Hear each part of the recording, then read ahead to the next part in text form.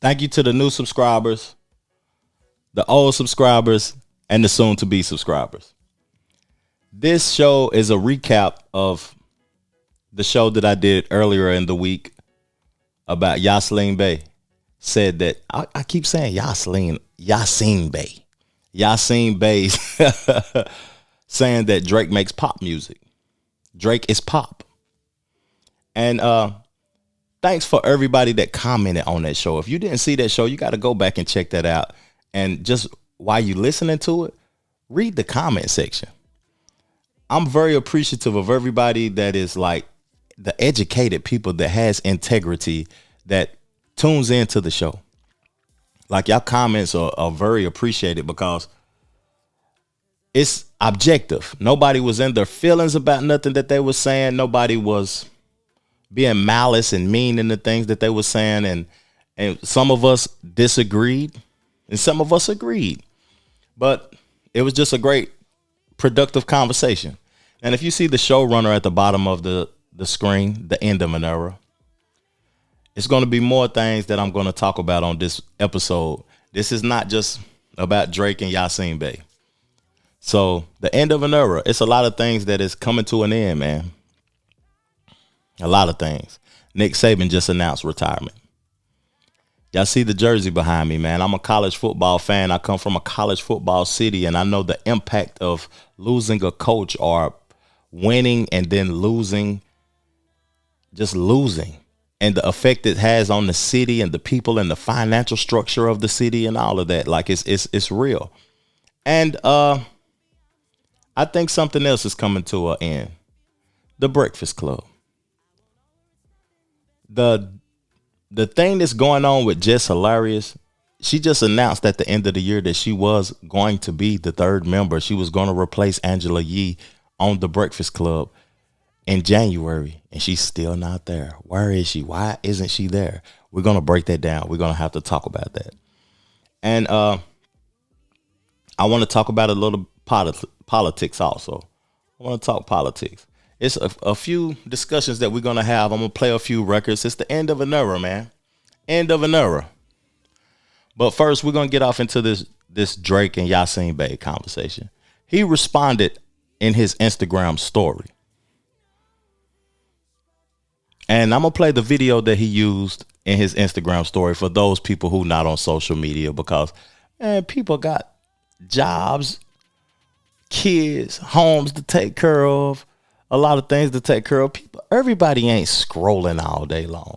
So what he said, it wasn't malice or it wasn't a shot at Yasiin Bey. It just was his view. Hip hop is a culture. It's a way of life. The way you dress, the way you talk, the way you walk. It's the break dancing, the rhymes, the stage shows, the DJ, the mixing, the scratching, the wordplay.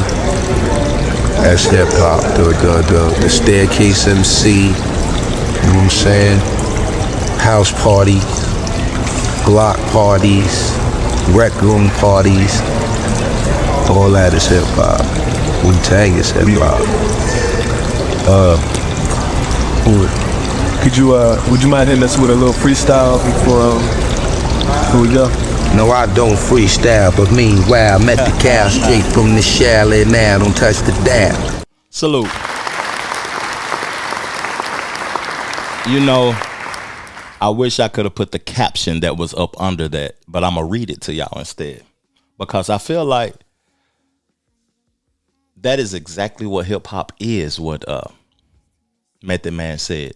But Drake fans, they will start to pull out his accolades. How he ain't hip hop when he's done this, he's done that. He got these numbers, he's the biggest ever. That is what makes it pop. That's what Yasiin Bey was talking about with all the skews and all of that type of stuff. It's just that most people don't know Drake for his hip hop records. The streets may listen to a few of them because one of their favorite featured artists is on it, but we know him for God's Plan, And we know him for the pop, the jingles, the island feel records, the Afro beats, and when he gets into his Euro bag. That's what he's mostly known for, the singing records and features and all of that. He's not known for the hip hop stuff. And I need somebody to educate me in this area. When has he ever made a complete hip hop body of work? Never. Now, I know he came out with the Scurry Hours recently. And when he came out with the Scurry Hours extended version, he rapped on that. But I don't think that we can give him credit for rapping on that because people had to make him do it by criticizing him for not doing it. But he did it though, so salute. Now, what he said in his caption, I know I went on a tangent just now. What he said in his caption up under the Method Man video is, "What Umi say again? Question mark. Let me shine my light, King. Don't change up now." Now, the real hip hop heads will know what he mean by what Umi say again. We know who Umi is. We know what song that is. That's a Yasiin Bey song. That's Mos Def song, man. Umi says, shine your light on the world. Shine your light so the world can see. He said, shine my light, King. Don't change up now. So he's basically saying, let me be me, man. Let me do me. Now, at the end of the day, I still think Drake is pop. I don't care what nobody say. I still think he's pop. He's chasing the king of pop for number one singles and all of that. He's chasing Michael Jackson. That's the king of pop. So if you're chasing the king of pop, you're not pop. You didn't do it completely with hip hop. A lot of people will tell me, and the younger individuals will say, Trev, you don't understand. It's a different game. Hip hop has evolved. Hip hop is doing this and hip hop has done that. Well, basically you're telling me there's no specifics in hip hop no more. It's not specific. It could be whatever you say it is. There's nothing specific about it. It's specific things about everything. That's an art that makes it what it is. Abstract art may be a form of free art, but it still has structure and specifications to it.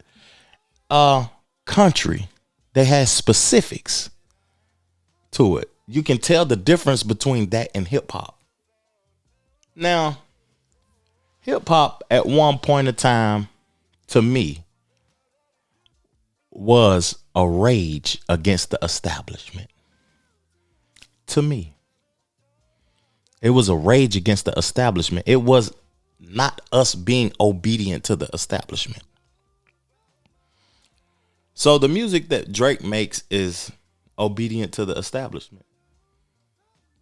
He's never went against the grain and been like aggressive towards nothing. People stand, when you think about hip hop back in the days, man, and real hip hop now, the only hip hop artist that I could consider real that's on a mainstream level is Kendrick and Cole. Kendrick has integrity. He doesn't come out that much. It might not be my favorite music, but at the end of the day, it's hip hop. Authentic hip hop. J. Cole is hip hop. That's why when J. Cole get on the record with these boys, he put them to sleep. He put them straight to sleep. Say I'm lying. But this is just a conversation, man. I want to know y'all thoughts on this. I'm going to play a little bit of that clip because I don't think people really got what Yasiin Bey was saying. I'm going to play the audio of that clip again, and we just going to chop it up and listen to it. Like, is Drake hip hop?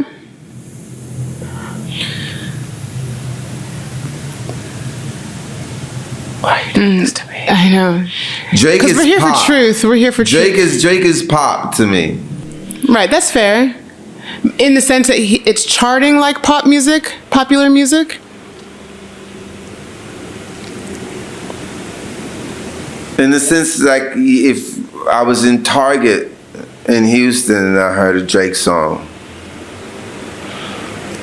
so it feels like a lot of his music is compatible with shopping. Commercial music. Or it's Commercial music, yeah. shopping with an edge in certain instances. Or Some people would take that as a diss. Now, this comes to the point to where I think that this is a very smart man. It's consumer music. It's a part of the programming. You're programmed to like it. Apologize, y'all. I had to hit my water, man. I was choking on the olives and smoked Gouda. You're programmed to like it. It's with the establishment. Shopping music. Think about that. Hip hop wasn't made for massive consumption. It was made by the people that came up out of the trenches and wanted a way to tell their story. Fair. I like Drake's music, but I understand exactly what you're saying. of course, I mean, It's I get commercial, entertaining, fun, good, it's formulaic music. it's likable. Likable music, yeah. It's likable. But is it? I'm gonna leave you alone. We're gonna move on. So many products. So many SKUs. So many SKUs. Look at all these SKUs. Oh, so many products. So much merchandising. So many barcodes. I love this mall. Look at this place. I mean, look at this place. They have everything. Everything's here. They have everything here. Ah, this is great. This is a new Drake. You hear it? It's great. Okay. What happens when this thing collapses? He talking. This is the thing that we're talking about. It's like nobody wants to talk about. It's like, what happens when the columns start buckling? Are we not in some early stage of that at this present hour? Are we seeing like the collapse of the empire? Buying and selling. Where's the message that I can use? Right. What's in it for your audience apart from being like banging the pom-poms?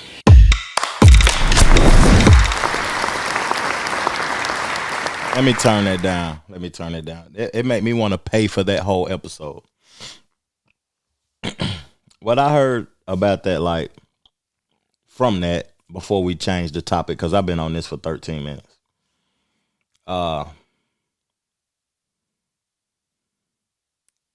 The demand for hip hop is down. The quality of hip hop is down. The profitability in hip hop is down. The programming of hip hop is up. If you listening to the radio, you're programmed. Ain't nothing wrong with it. That's what you like. That's not me. I'm not programmed. You can't tell me that Drake is hip hop. It's the essence of hip hop. He's what I like in hip hop. He has made hip hop art. He has created hip hop records. But do I think he'll go to battle with hip hop? Did he celebrate the 50 years of hip hop? Did you see him celebrate 50 years of hip hop once? But he want to be considered hip hop. Come on, man. Omi says shine your light on the world, but we don't have to agree that the light that you're shining is a contribution to the culture. I'm done. Now, Switch the topic up. We're going to get on football. Sports. I know y'all seen them playoffs last week. The playoffs was good too, man. I salute Detroit for winning their first playoff game since 1991, man. That was dope to see. It was dope to see Eminem and rafters, and to see Barry Sanders and Megatron and all them boys out there, man. Happy because I felt like they knew they was going to win that game. And football to me is in a good place. Now, college football is another thing. It's the end of an era, man. Nick Saban is the GOAT. I'm from Tennessee. That is our rival. Been beating the brakes off of us. We only beat him one time his whole Alabama stint. And he's the GOAT. 7 rings.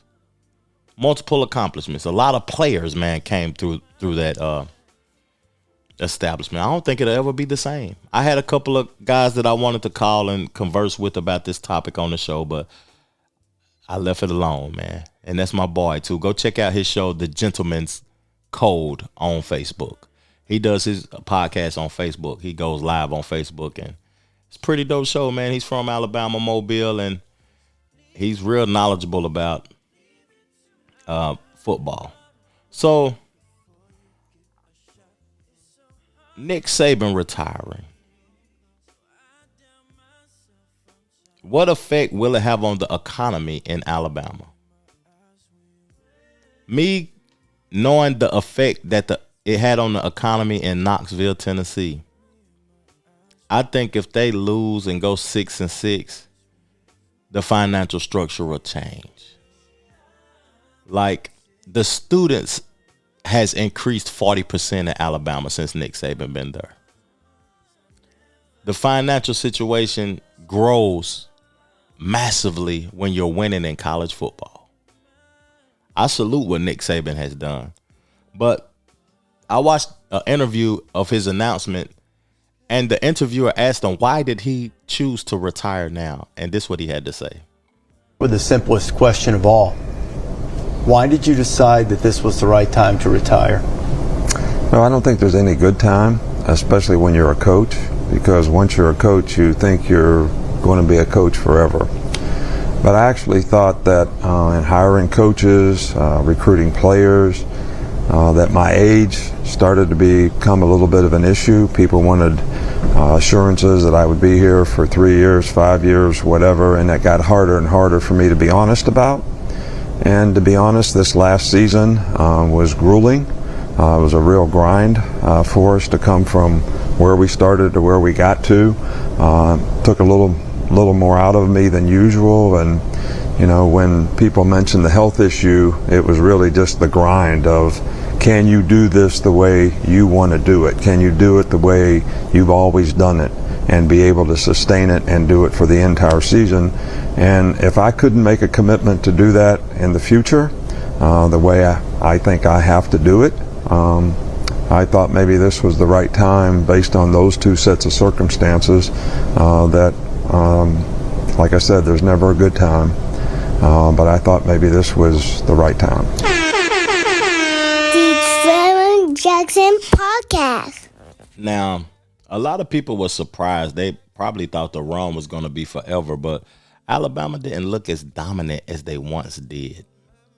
To me, I was surprised that they even got into the playoffs this year. I didn't think they was deserving of being in the playoffs. I thought Georgia was still deserving. And Nick Saban, like, is 70-something plus years old. It's time to hang it up after so long, man. Because once you leave your profession, you want to have a life outside of your profession for a while before you pass away. Ain't no telling, man. Like 72 or 73, I forgot his age, but 72 years, man, you don't know what tomorrow brings. He might live to be 100 years old. But to me, man, you got to have some life where you're not working, man. That's just my opinion.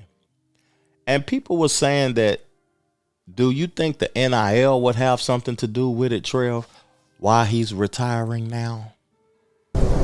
College football's changed a lot in the last few years, whether it's transfer portal, NIL, all the things that are different.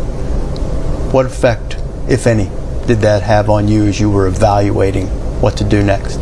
It did not have any effect on my decision. You know, I've always been one that no matter what's happened through the years, you know, whether they went no huddle and you had to adapt to it, they threw RPOs and you had to adapt to it. We had a changing environment in college football. You know, my thing was always don't complain about it.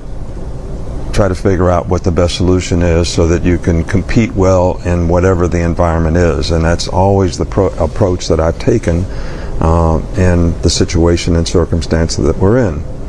But I will be dedicated to college football and the future of college football and trying to make that sport as well as other sports in collegiate athletics, whether they're revenue producing or not, because I think they all create opportunities for lots of people. I'm going to be an advocate for trying to make the game as good as it can be. And I do think that, you know, there's probably more to come when it comes to this topic from my standpoint. But for now, I'll answer your question and say that didn't have any impact on what I decided to do. I salute that. I salute that because, like, I was viewing as people was right. Like, he's leaving because the NIL players have choices now. People getting paid from their name, image, and likeness, and they're going wherever they getting the bag at. You got to realize that some of these people and some of these children come from impoverished situations, and they need that money right now. They need that money now. They can't wait till they get to the NFL. Like my quarterback in the NFL on my team, the 49ers, Brock Purdy, he getting $750,000 a year, man, on his NFL contract. It's players in college that hasn't even started getting more money than that because they're getting paid for their name, image, and likeness, the NIL. And that's going to have an effect on the talent wanting to go to the superior coach, the superior leader. The talent is going to be spread out and go everywhere. And if it did play a part on his opinion to leave, so what? He done won 7 of them, so what? Just go ahead and leave, dog. You're 72. You're older. You already done did your thing. Leave on a high. Don't leave on a low. Because that talent will go everywhere. And me, as a person that has followed SEC football the whole time I followed football, I haven't seen, we wasn't in a national championship this year. That was shocking. That we wasn't in the national championship at all. So it'll be spread out. Washington was in the national championship at Michigan. Michigan is a powerhouse school though, but don't be surprised if you see schools that are not powerhouses in the championship from here on out, because people getting paid, man, and that talent is going to go wherever they choose to, who's going to give them the biggest bag. But salute to Nick Saban, man. Right now he's the GOAT, the greatest of all time. Both the coaching GOATs retired this year. And don't be surprised if you see more people retire. It's the end of an era at the beginning of the year. Real talk. I'm going to play one of my songs off my album, It Was All a Dream. We're going to promo the album, and I'm going to queue up a couple of more topics of discussion right when the record go off, man.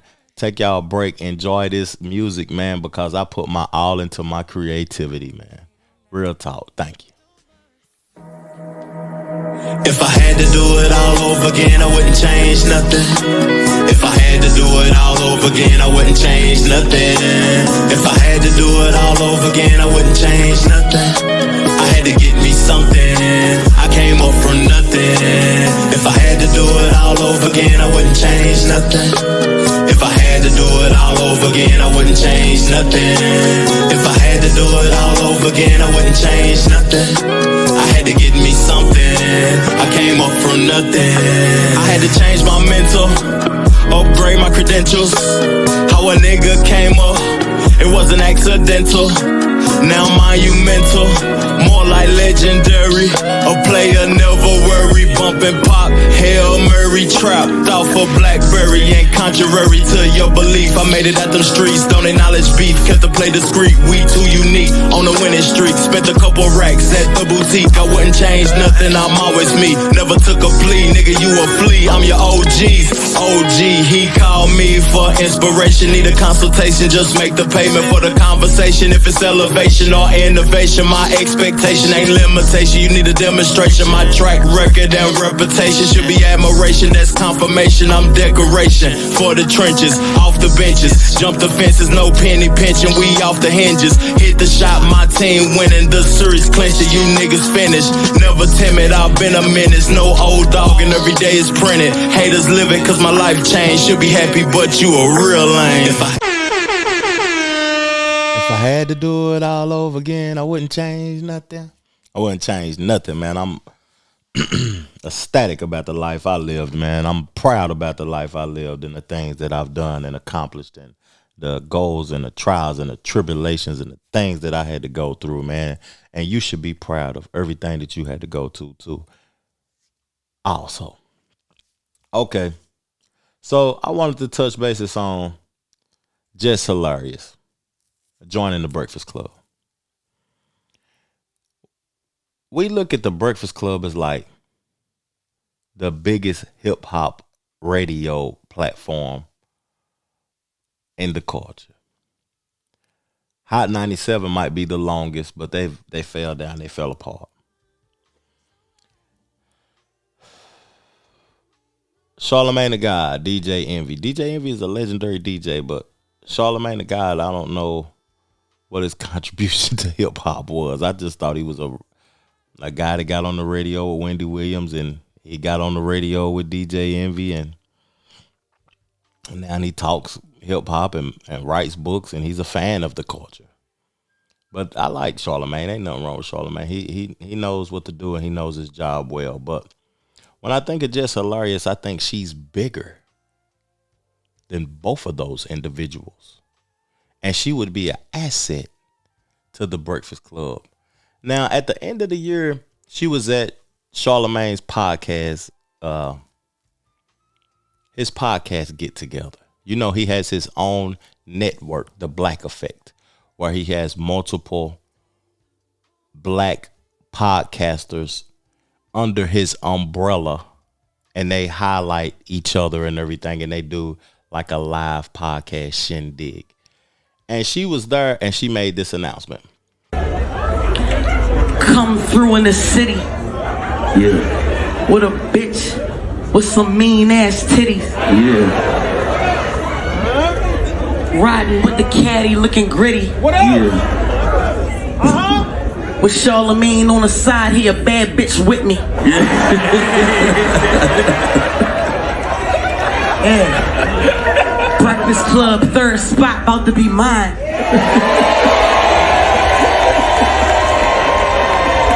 Hey, hold on.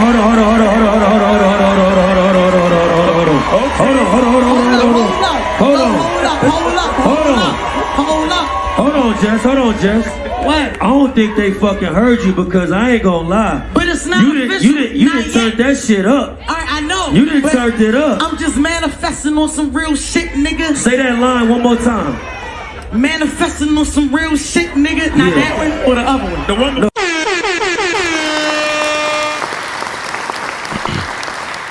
So she said she was manifesting on the opportunity, right? Now, Charlamagne, he expressed his anger in them not signing her fast enough. That he don't know why the transaction hasn't happened yet. When I think about it, I listen to Star a lot, man. Star talks about how no radio DJ or no radio host in hip hop is getting $1 million a year in radio. Radio is dead. When you really think about it, some people say radio is still hanging on. Man, tell me how many people in here listen to the radio station that's on this podcast right now. I would say nobody. But I think that the money, I'm assuming right now, I think that the money wasn't right. I think the money was funny. And she just walked away from the opportunity and she hasn't announced it. She's getting paid from multiple opportunities that she has. She has a podcast. She does comedian shows. Comedy shows. I say comedian shows. Comedy shows. She gets millions of views on Instagram, so I know she's getting a check from there. She does movies, skits, all of that type of stuff. And the Breakfast Club, I don't think it will be an asset to her. I don't think that she's the type of person that needs to be on the Breakfast Club unless they paying her a big bag. And is that many people watching the Breakfast Club for them to give her a big bag? My perception of the Breakfast Club is that this is the end of an era, and the Breakfast Club won't be around too much longer. It won't be around too much longer. Now, I'm gonna say some good things about all of these topics that I talked about. No disrespect to Drake, man, being pop music. No disrespect. It should, in our reality, it should be saluted, and he should be thankful that he elevated to popular music. He took hip hop and made multiple type of music from hip hop. He started with hip hop and he made R&B records. He made dance. He made his last album was Dance, a dance album, and we want to call this man hip hop. There's nothing wrong with that, man. Nick Saban, big salute, dog. For real, you did your thing.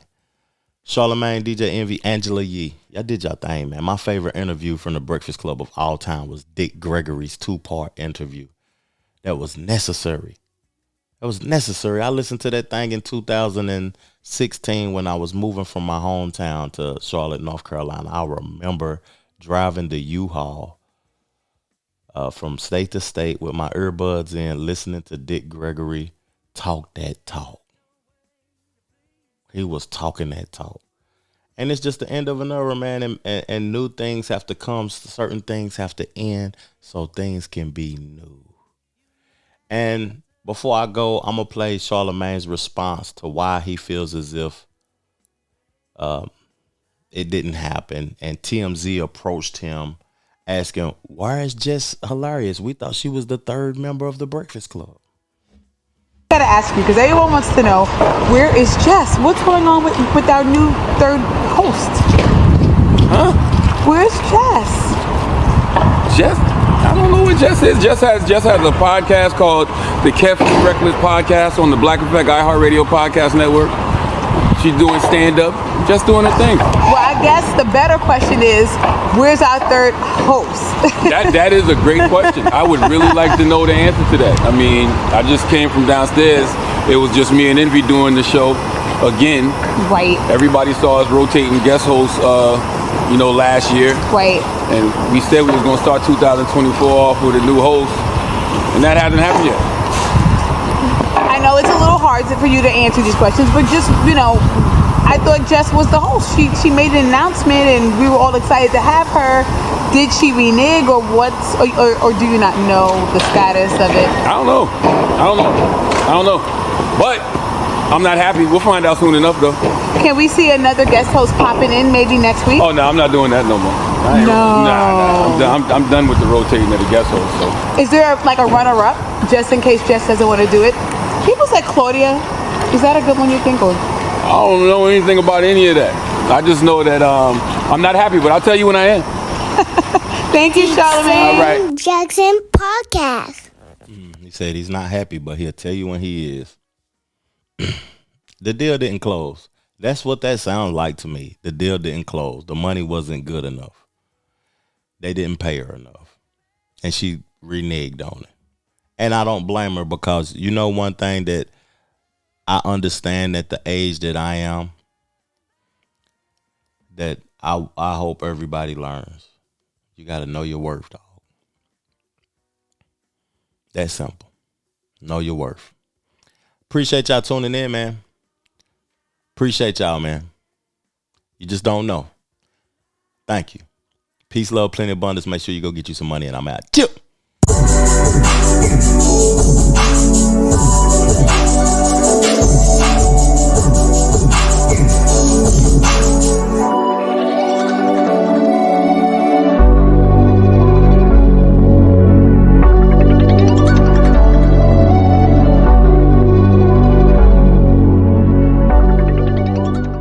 The Trevor Jackson Podcast.